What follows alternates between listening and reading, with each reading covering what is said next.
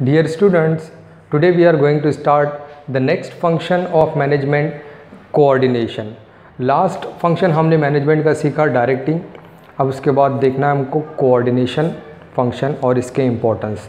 अब कोऑर्डिनेशन किसे कहते हैं सबसे पहले हम सीखेंगे कि कोऑर्डिनेशन क्या होता है। कोऑर्डिनेशन यानी किसी भी बिज़नेस ऑर्गेनाइजेशन में जितने भी जो एम्प्लॉयज़ काम कर रहे हैं, जितने भी फंक्शंस हैं, जितने भी एक्टिविटीज़ हैं, इन दोनों में जो तालमेल होता है, इनके दरमियान जो तालमेल होता है, इनके दरमियान जो रिलेशन होता है, इनके बीच का जो ताल्लुक़ होता है, उसे कहते हैं कोऑर्डिनेशन। अब आज के ज़माने में कोऑर्डिनेशन होना बहुत ज़रूरी है, क्योंकि आज लार्ज स्केल पर बिज़नेस ऑर्गेनाइजेशन काम कर रहे हैं। अगर कोऑर्डिनेशन सारे एम्प्लॉयज़ के अंदर नहीं रहेगा, इनकी एक्टिविटीज़ के अंदर नहीं रहेगा, तो ऑर्गेनाइजेशन जो है स्मूथली फंक्शन नहीं कर सकता, जिसका एडवर्स इफ़ेक्ट बिज़नेस ऑर्गेनाइजेशन पर ज़रूर पड़ेगा। तो इसलिए कोऑर्डिनेशन, तालमेल होना काफ़ी ज़रूरी होता है, क्योंकि कोऑर्डिनेशन को जो है मैनेजमेंट के सक्सेस का एसेंस कहा गया है, कि एक इम्पॉर्टेंट एस्पेक्ट कहा गया है। डिफरेंट फंक्शंस जो होते हैं ऑर्गेनाइजेशन के और डिफरेंट एम्प्लॉयज़ जो होते हैं ऑल लेवल्स पर जो काम कर रहे हैं, इनके अंदर कोऑर्डिनेशन होना काफ़ी ज़रूरी होता है। और इस कोऑर्डिनेशन को जो है ऑर्गेनाइजेशन के सक्सेस का एसेंस कहा गया है, यानी इसका इम्पोर्टेंट एस्पेक्ट कहा गया है। अब देखते हैं कोऑर्डिनेशन एक्चुअल में क्या करता है। कोऑर्डिनेशन करना यानी क्या करना। कोऑर्डिनेशन का मतलब होता है इंटीग्रेशन होता है, integration of different activities in the organisation to achieve the objectives of organisation. जो एक्टिविटीज़ होते हैं, जितने भी काम होते हैं, जितने भी फंक्शन होते हैं, उनको इंटीग्रेट करना यानी आपस में मिलाना, इनका ताल्लुक़ पैदा करना, इनमें रिलेशन बनाना, इसी को कहते हैं कोऑर्डिनेशन। तो कोऑर्डिनेशन जो होता है डिफरेंट एक्टिविटीज़ में हार्मनी इस्टेब्लिश करता है। हार्मनी यानी एक हेल्दी रिलेशन इस्टेब्लिश करता है, ताकि ऑर्गेनाइजेशन के ऑब्जेक्टिव्स को ईज़िली अचीव किया जा सके। अब जैसे आपको पता है बिज़नेस ऑर्गेनाइजेशन में बहुत सारे एम्प्लॉयज़ काम करते हैं, है ना, और इनके जो फंक्शंस होते हैं कहीं ना कहीं एक दूसरे से जो होते हैं लिंक होते हैं, एक दूसरे से रिलेटेड होते हैं। तो इसलिए कोऑर्डिनेशन का होना बहुत ज़रूरी होता है, ताकि इन सारे लोगों के काम को, इनके फंक्शंस को जो है, इनके एफ़र्ट्स को जो है कोऑर्डिनेट किया जा सके। तो इसलिए कोऑर्डिनेशन जो है किसी भी ऑर्गेनाइजेशन में इम्पॉर्टेंट फंक्शन होता है, क्योंकि सारे ऑर्गेनाइजेशन जैसे बहुत सारे डिपार्टमेंट है, प्रोडक्शन है, परचेस है, सेल्स है, इन सब का ताल्लुक़ एक दूसरे से जुड़ा हुआ होता है। अगर इनमें कोऑर्डिनेशन नहीं रहेगा, इनमें अच्छा रिलेशन नहीं रहेगा, तो दूसरा डिपार्टमेंट अच्छा परफॉर्म नहीं कर पाएगा। ठीक है, तो इसलिए परफॉर्मेंस सबका अच्छा होना चाहिए। सारे ग्रुप एफर्ट्स को कोऑर्डिनेट करना काफ़ी ज़रूरी होता है ऑर्गेनाइजेशन के सक्सेस को। अंडरस्टूड। तो कोऑर्डिनेशन जो है एक इम्पॉर्टेंट एस्पेक्ट माना जाता है किसी भी बिजनेस ऑर्गेनाइजेशन के लिए। अंडरस्टूड। तो coordination is the integration, it is the integration of different activities in the organization. Coordination in the different function and different levels of employees is known as the essence of organizational success. Coordination means the integration of different activities to achieve the organizational objectives. It means coordination establishes the harmony among different activities of the organization to achieve the desired result. In any business organization, different employees work together and their functions are closely related with each other and closely linked with each other. Therefore, there should be the proper coordination between the efforts of this group to achieve the success of organization. ठीक है, तो ये था coordination. अब इसके बाद हम देखते हैं डेफिनेशन। तो कोऑर्डिनेशन में इंपॉर्टेंट चीज़ आपको याद रखना है कि कोऑर्डिनेशन क्या होता है और कोऑर्डिनेशन ऑर्गेनाइजेशन के लिए क्यों ज़रूरी होता है। कोऑर्डिनेशन को क्या कहा गया है। Coordination between different functions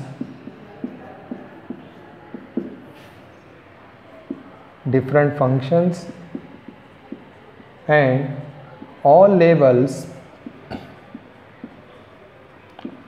of employees is the essence of organisational success.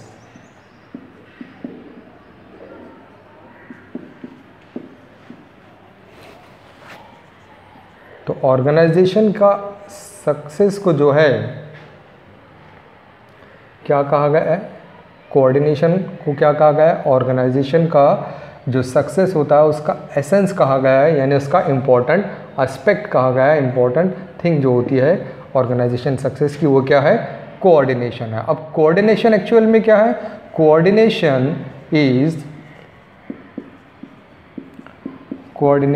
Is the integration of different activities. यह है actual meaning of coordination, different activities. तो डिफरेंट एक्टिविटीज़ को इंटीग्रेट करना यानी आपस में जोड़ना, आपस में मिलाना, रिलेशन बनाना, उसे कहते हैं इंटीग्रेशन। किस में इंटीग्रेशन करना है, डिफरेंट एक्टिविटीज़, ऑर्गेनाइजेशन की जो डिफरेंट एक्टिविटीज़ होती है उसमें इंटीग्रेशन करना है। ठीक है, और क्या करता है, it establishes harmony, it इस्टेब्लिशेज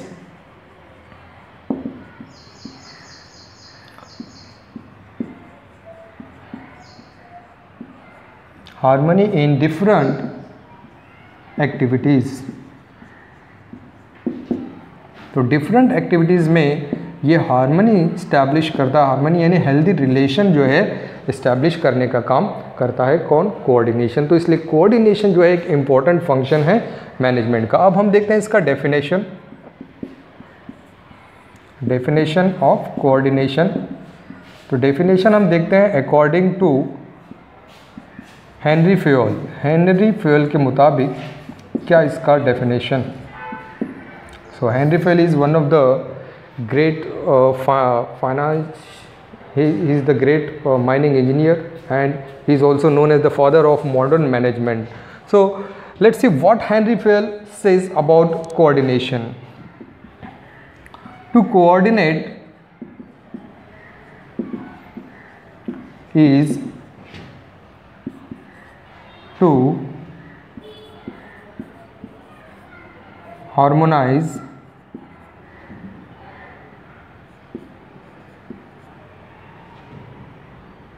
the activities of concern or business to facilitate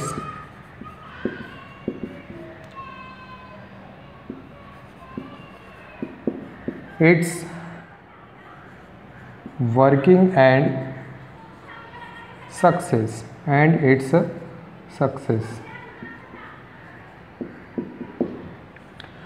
तो ये हेनरी फेल के मुताबिक कोऑर्डिनेशन का डेफिनेशन दिया गया है।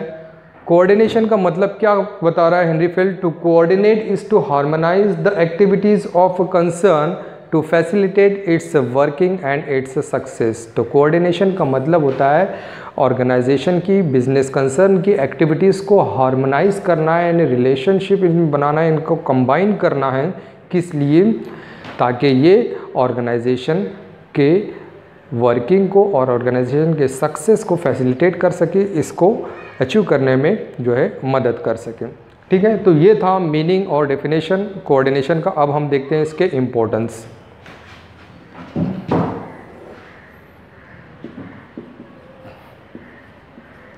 Importance of coordination.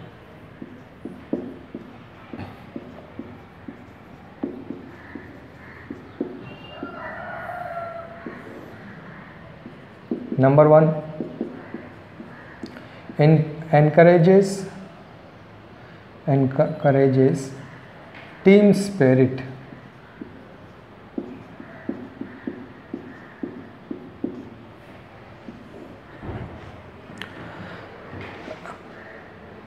Coordination employees के अंदर जो है टीम स्पिरिट को इनकरेज करता है, क्योंकि कोऑर्डिनेशन एक ऐसा फंक्शन है मैनेजमेंट का जिसमें डिफरेंट एक्टिविटीज़ को इंटीग्रेट किया जाता है और डिफरेंट एम्प्लॉयज़ और डिफरेंट लेवल पर काम करने वाले जो एम्प्लॉयज़ होते हैं, इन सारे एम्प्लॉयज़ के फंक्शंस को इंटीग्रेट करता है और इनके ग्रुप एफर्ट्स को कोऑर्डिनेट करता है, जिसकी वजह से इन सारे एम्प्लॉयज़ में क्या हो जाती है, टीम स्पिरिट क्रिएट हो जाती है। तो इंटीग्रेशन ऑफ एक्टिविटी और integration of functions of all the employees brings the team spirit among all the employees to achieve the desired objectives of the organization. So this is the first importance of coordination which brings the team spirit among all the employees. team spirit यानी सारे employ जो है एक साथ मिलकर काम करने का जो फंक्शन जो है वो कौन फैसिलिटेट करता है, कोऑर्डिनेशन करता है। कोऑर्डिनेशन की मदद से सारे एम्प्लॉयज़ जो है ऑर्गेनाइजेशन के ऑब्जेक्टिव्स को अचीव करने के लिए जो है वर्क करते हैं। नंबर 2 है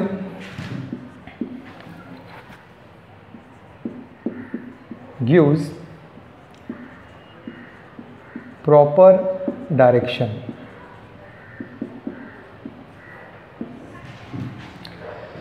कोऑर्डिनेशन एम्प्लॉयज़ को प्रॉपर डायरेक्शन प्रोवाइड करता है कि काम किस तरह से करना है।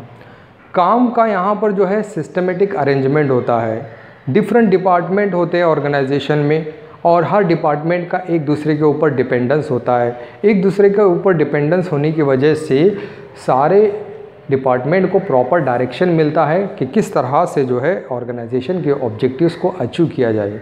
तो डायरेक्शन होना काफ़ी ज़रूरी होता है एम्प्लॉयज़ के लिए। जब तक हम प्रॉपरली डायरेक्ट नहीं करते एम्प्लॉयज़ को कि काम किस तरह से करना है, उनको जो दिया गया टास्क है वो किस तरह से कंप्लीट करें, प्रॉपर गाइडेंस होना ज़रूरी होता है। तो ये कोऑर्डिनेशन की मदद से किया जा सकता है, क्योंकि कोऑर्डिनेशन में जो है एक्टिविटीज़ को प्रॉपरली अरेंज्ड किया जाता है, एक्टिविटीज़ का कॉम्बिनेशन होता है, सिस्टमेटिक अरेंजमेंट होता है, जिससे एम्प्लॉयज़ को पता होता है कि वो किस तरह से काम करेंगे और किस तरह से ऑर्गेनाइजेशन के ऑब्जेक्टिव्स को अचीव करेंगे। ठीक है। So coordination provides the proper direction to the employees because the proper integration of the activities leads to the arrangement of work in systematic manner, and there is an interdependence of department in the organization and which leads to the proper direction to the employees. So the interdependence of the all departments provides the proper direction to the employees to achieve the organizational objectives. Next हम देखते हैं तीसरा importance जो है optimum facilitates motivation.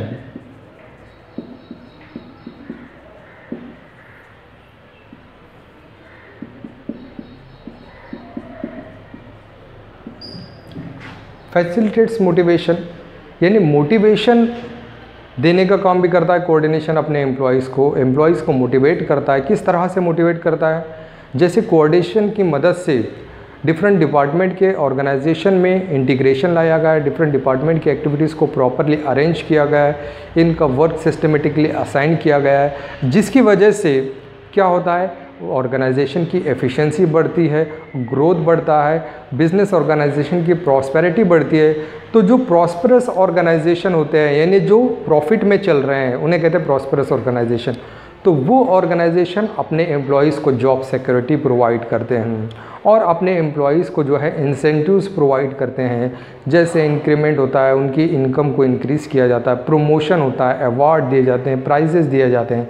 तो इस तरह के मॉनेटरी और नॉन मॉनेटरी इंसेंटिव्स की वजह से एम्प्लॉयज़ को मोटिवेशन मिलता है और वो अपने ऑर्गेनाइजेशन के लिए हार्ड वर्क करते हैं। तो इस तरह से कोऑर्डिनेशन जो है एम्प्लॉयज़ के अंदर मोटिवेशन लाता है। So coordination brings motivation among all the employees.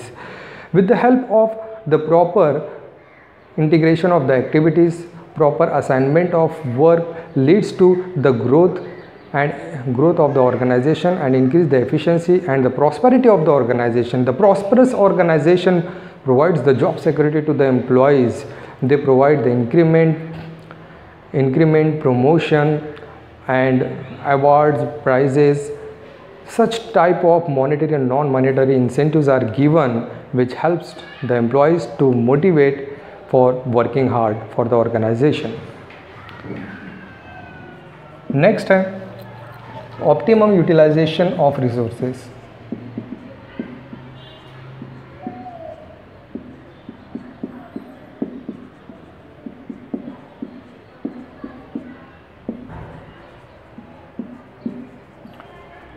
अगला इम्पोर्टेंस जो है कोऑर्डिनेशन का वो है optimum utilisation of resources. Optimum का मतलब होता है प्रॉफिटेबल मैनर, एडवांटेजियस जिसे हम कहते हैं। तो कोऑर्डिनेशन जो है, जो अवेलेबल रिसोर्सेज होते हैं जैसे लैंड है, लेबर है, मशीनरी है, मटेरियल है, मेथड्स ऑफ प्रोडक्शन है, मैन पावर है, इन सब का, इन सारे रिसोर्सेज का प्रॉपर इंटीग्रेशन करता है, इन सारे रिसोर्सेज को आपस में जोड़ता है, इनके कॉम्बिनेशन से जो है ऑर्गेनाइजेशन के ऑब्जेक्टिव्स को अचीव करता है। तो कोऑर्डिनेशन इन सारे डिपार्टमेंट को इंटीग्रेट करता है और प्रॉपर यूटिलाइजेशन करता है, ऑप्टिमम लेवल पर यूटिलाइजेशन करता है, जिसके वजह से ऑर्गेनाइजेशन की प्रोडक्टिविटी और प्रॉफिटेबिलिटी क्या हो जाती है, इंक्रीज होती है। So in this way the coordination helps to bring the coordination among different activities of the organization, and it also integrates all the available resources in the organization and makes the optimum utilization of the resources. The optimum utilization of resources helps the organization to increase the productivity and profitability of the organization. ठीक है, next देखते हैं हम achieve organisational objectives.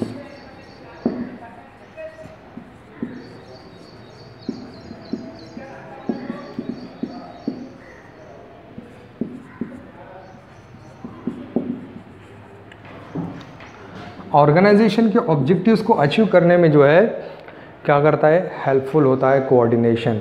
अब organisation के जो objectives होते हैं इसको कैसे अचीव किया जा सकता है, कोऑर्डिनेशन की मदद से। जैसे हमको पता है कि कोऑर्डिनेशन की मदद से हमारे पास जो अवेलेबल रिसोर्सेस हैं इनका हम यूटिलाइजेशन ऑप्टिमम लेवल पर करते हैं, जिसकी वजह से हमारी प्रोडक्टिविटी बढ़ती है, प्रॉफिटेबिलिटी इंक्रीज़ होती है, कॉस्ट ऑफ प्रोडक्शन रिड्यूस होता है, वेस्टेजेस जो है मिनिमाइज़ होते हैं। ये सारी चीज़ें जब स्मूथली काम करते हैं तो ऑटोमेटिकली हमको ऑर्गेनाइजेशन का जो ऑब्जेक्ट है, क्या होता है ऑर्गेनाइजेशन का ऑब्जेक्ट, सेल को इंक्रीज़ करना, प्रॉफिट को बढ़ाना, सक्सेस को बढ़ाना, गुडविल बढ़ाना, मार्केट वैल्यू बढ़ाना, ये होता है ऑर्गेनाइजेशन का ऑब्जेक्ट। तो ये पॉसिबल है किसकी वजह से, कोऑर्डिनेशन की वजह से, क्योंकि कोऑर्डिनेशन से हम अवेलेबल रिसोर्सेज का बेस्ट यूटिलाइजेशन करते हैं जो कि हमको सक्सेस की तरफ पहुंचाते हैं। ठीक है, so coordination helps in achieving the organizational objectives, because with the help of the proper utilization of the resources we can run our organization smoothly and efficiently, which leads to achieve the organizational objectives. Next importance हम देखते हैं, improves relation।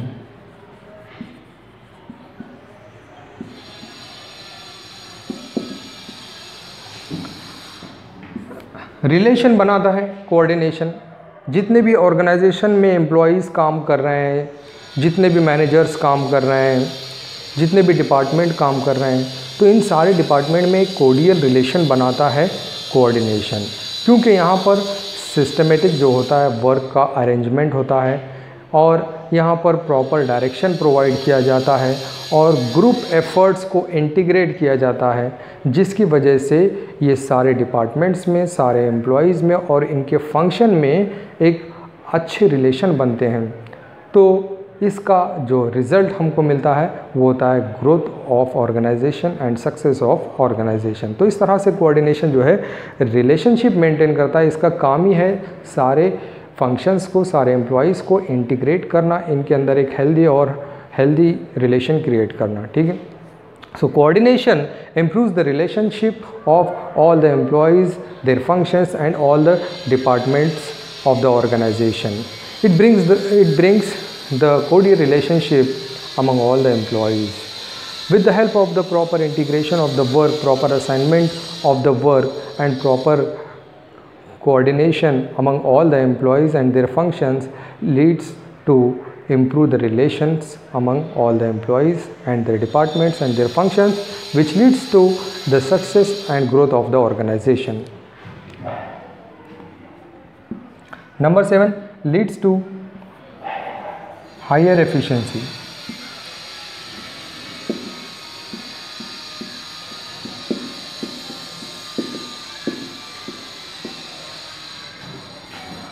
Higher efficiency efficiency को बढ़ाता है। Efficiency यानी जो काम करने की तरीका होता है, काम करने का जो मेथड होता है, काम करने की जो एबिलिटी होती है, उसको बढ़ाने का काम करता है कोऑर्डिनेशन। जैसे हमको पता है कि कोऑर्डिनेशन की मदद से ऑर्गेनाइजेशन में जितने भी एम्प्लॉयज़ काम कर रहे हैं, तो इनमें जो बहुत सारे एम्प्लॉयज़ काम करते हैं डिफरेंट डिपार्टमेंट में, डिफरेंट फंक्शंस होते हैं इनके, तो ये मैनेजमेंट की पॉलिसी की वजह से और रोल्स एंड रिस्पॉन्सिबिलिटी की वजह से इनके अंदर जो है कॉन्फ्लिक्ट्स होते हैं, डिस्प्यूट्स होते हैं, क्लैशेस होते हैं, यानी इनके अंदर झगड़े होते हैं, है ना। तो इसमें नाइत्तेफाकी होती है इनके अंदर। तो ये सारी चीज़ों को दूर करता है कोऑर्डिनेशन। कोऑर्डिनेशन जो है मिनिमाइज़ करता है इनके कॉन्फ्लिक्ट्स को और इनके डिस्प्यूट्स को मिनिमाइज़ करता है। कैसे मिनिमाइज़ करता है? इनके अंदर अच्छे रिलेशन क्रिएट करता है, प्रॉपर असाइनमेंट करता है, प्रॉपर गाइडेंस प्रोवाइड करता है, जिसकी वजह से इनमें कोई भी जो है कन्फ्यूजन नहीं होता है, कोई भी मिसअंडरस्टैंडिंग जो है नहीं होती है, जिसकी वजह से ऑर्गेनाइजेशन में इनकी जो है एफिशिएंसी क्या हो जाती है, इंक्रीज़ हो जाती है। जब एम्प्लॉयज़ की एफिशिएंसी इंक्रीज़ होती है तो वो परफॉर्म भी अच्छा करते हैं, जिसकी वजह से ऑर्गेनाइजेशन की प्रोडक्टिविटी और प्रॉफिटेबिलिटी में जो क्या होता है, इम्प्रूवमेंट होता है। ठीक है। So coordination helps to increase the efficiency of the employees because the coordination minimizes the disputes, idle time of the employees and the clashes of the employees and workload, because the work is assigned properly and systematic manner, and coordination builds the healthy relationship among all the different activities of the organization and among all the employees and all the departments, which leads to increase in efficiency of the organization. So increase in efficiency of the employees and organization leads to the increase in productivity and profitability of the organization. Last importance हम देखते हैं, improves goodwill.